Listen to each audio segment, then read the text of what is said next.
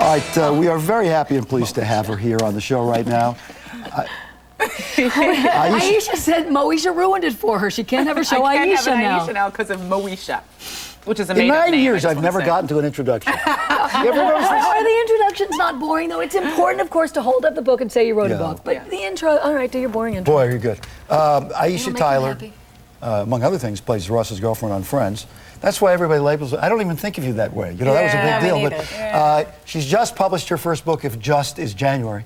The book is called Swerve, Reckless Observations of a Postmodern Girl. Is about an eighth of that book that you could repeat on the air today, I think. Yeah, well, there's not a lot of language, but it's, you know... Attitude. It's very postmodern. Yes, it's very postmodern. And I wanted it to be really honest and kind of real. And so, yes, it's frank. It's frank. It's very frank. Now, where'd you go to college? What little... I went to Dartmouth. Little smart... yes. And this kind of stuff went on at Dartmouth? Well, let's hope, really, because that's where those things should go on as college. I mean, it's not so much a tell-all. It's just kind of a what I think about it all. No, it's kind fun. It's a really great, you know, peek inside, you know, young people, like I'm 80. Yeah, you and I. Young people's lives. I think you really captured the youth. Once you have a baby or two, you're 80. I know, I feel like I'm 80. The kids with the hippity hop and their craziness. By the way, are you at a point now where you are feeling that way when you look about at the kids? Do you find yourself saying young kids today? No, not too much. I mean, because I still kind of go out dancing. I still listen to hip hop. I still go to the clubs. But occasionally, yeah, guys, I don't have any kids. Yeah, literally, yeah. I mean, I am like, you know, I'm by just me and my husband, and I still sleep late and watch cartoons. But I do. You're still the kid. I'm the kid, totally. But occasionally I look at stuff that, like, music that kids are listening to, and I'm like, oh my God, that's just, you know, like there's good stuff, but there's just so much bad music, and then I think, ugh, the music the kids would now. When I was a kid, there you go. LL Cool J, he was turning out the jams. These kids don't know. I knew I was old when I was saying, this is headache music. Yeah. Notice that when she says it's like, ugh. I know. That is an old Jewish man. I don't know. What happened? The kids with Why are these kids today? I don't know where that came from. You spend 2 minutes with him, that's where it came from. Become an old Jewish man.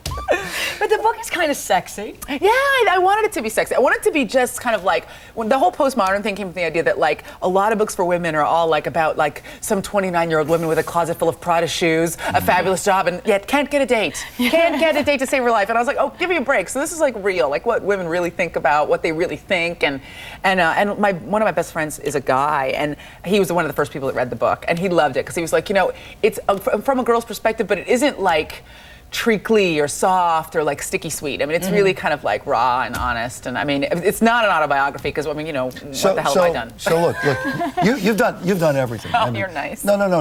Every time you do it, I don't know if you like this or not, it's always a cultural breakthrough. The first woman to ever host a show and get an Emmy for whatever. The first woman with a sustaining role on black woman, African-American woman. You like hearing all that, or you want to say, get rid of all that, let me just go do my career? Well, I mean, you're always flattered and you're grateful, and, you know, it's nice to kind of be, I guess, you know, making breakthroughs. But as an actor, you're just trying to do good work. You know, you're never thinking like, I'm going to go and, like, you know, carry a flag and lead my people. Ooh, hey, follow me. You know, you're just, but let's face you're just trying to work. You know, Friends was awfully pale till you got there. Well, you know, I think that was interesting was that they were just writing people that they knew. You know what I mean? These 6 characters, and then it's funny because now looking back at the show, and I was a huge fan, so I still watch it in syndication all the time. I'm like, oh, well, there was a black character and there was an Asian character, and there was an Asian girl in there for 2 seasons that played Ross's girlfriend. It was a big deal because it was nice that they wrote such a big, good role. Big part. Ross was multicultural. Ross was the multicultural. I like guy. that it wasn't a big issue. It was never an issue, and that was what was so smart was they wrote this sexy, smart PhD who was cool and in a love triangle. Take a look right here. Huge research grant. I'll give you a hint. He's looking right at you.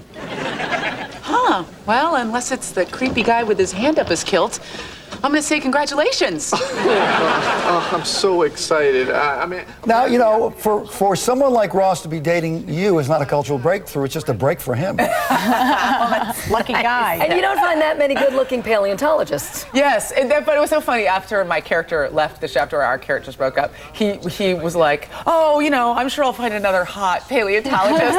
And then Rachel goes, yeah, you will. He's like, oh, give me a break. She was the only one. So it was nice. It was flattering and fun. And, you know, I thought I was just going to play Ross's girlfriend, but to be me in a love triangle between Ross and Joey and the whole Rachel thing. I mean, it's just such a good storyline, and I was a fan, so I was like all at Twitter. So what happens to you? Because with as much attention as I pay to what's happening in the business, every time I look, they say you're doing something new, but you're not doing half the things they say you're doing.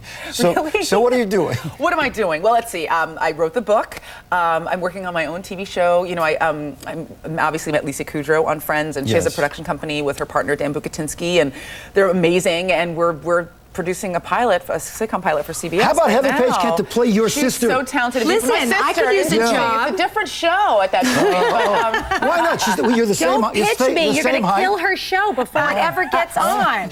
You're so funny and talented. I would love to have you come to my show. Sweet. We're in that point where like it's going great, and you know you're just like fingers crossed that nothing I'm going to tell the breaks. audience I've read the show. I'm going to look at it directly, and it's very good. Yeah, I'm really excited and, about it. you know, We have you're an so amazing talented. Boy, are cast you and- inside, huh? You Listen, read the show? I'm in the know. She's in the now. In the now. In the So know. we're in now what they call pilot season. Yeah, we're in which pilot means season. You do the show, and then what? You just then hold your breath for a couple months. Well, we'll turn ours in at the end of April. We'll find out like in the middle of May, so we'll that's know great. pretty quickly from when we finish. And we're just, you just kind of like, reserve your judgment, and you just try to do the best work you can. And then you wait for that nauseating phone call. Yeah, exactly. One way or the Yes? other. I don't know. I'm just gonna start drinking, right? Like as soon as I finish the pilot, I'm like sober till then, and then they'll call me and be like, woohoo! It'll be a celebration of whether I get it or don't. I just realized I said something that could be a curse.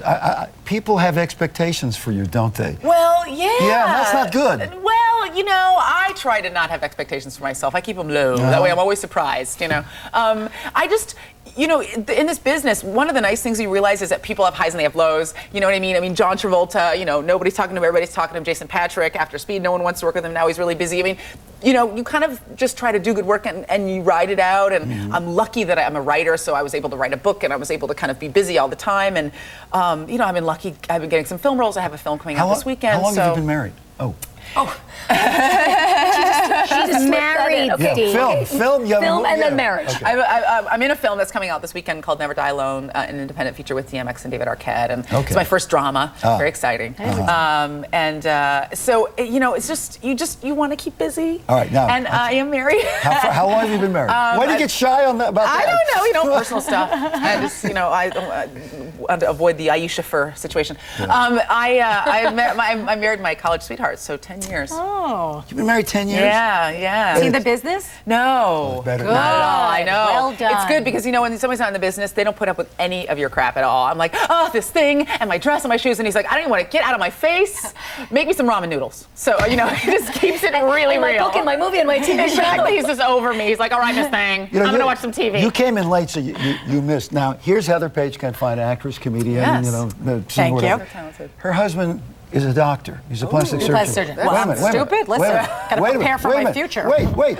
He has a show now. She doesn't. Oh my God, that's the thing. It's like the Do you trend of the have to keep future. harping on Rubbing that? it in, I shouldn't say picking that. like a scab, picking at it. But that's awesome. That's the thing now is the plastic surgery shows. What is he doing? The Swan? The Swan. Oh my God. See, he's going to be huge. I'm very disturbed by those shows. Although I must say I was so over the Extreme Makeover, and then I watched it, and this one woman.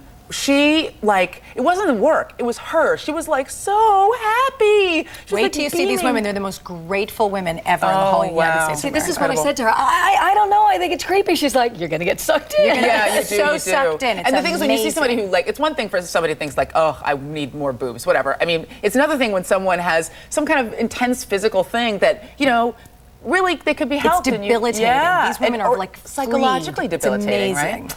That's why it's called the Swan. See, heart palpitations. You're gonna You're love more it. excited about her husband's show. I am. I'm over my show. Something like that. But wow, that's amazing. Well, How cool. Aisha, I have high. Oh, I have a book signing today. That's why I'm here. Where is you? Here in LA? I'm here in LA. If you are in LA, if you're not in LA, too bad. But if you are here, yes, I'm going to be signing my books at the Grove, at the Barnes & Noble in the Grove tonight at 7:30. I'm going to do a little reading and sign some books and a little soft shoe, and then you can go out and ride that trolley car 10 feet back and forth down in the middle of the mall. Hey, it's great to have you. It really is. What a pleasure. Thank you for having me. It was so fun. All right, next we're in Eagle.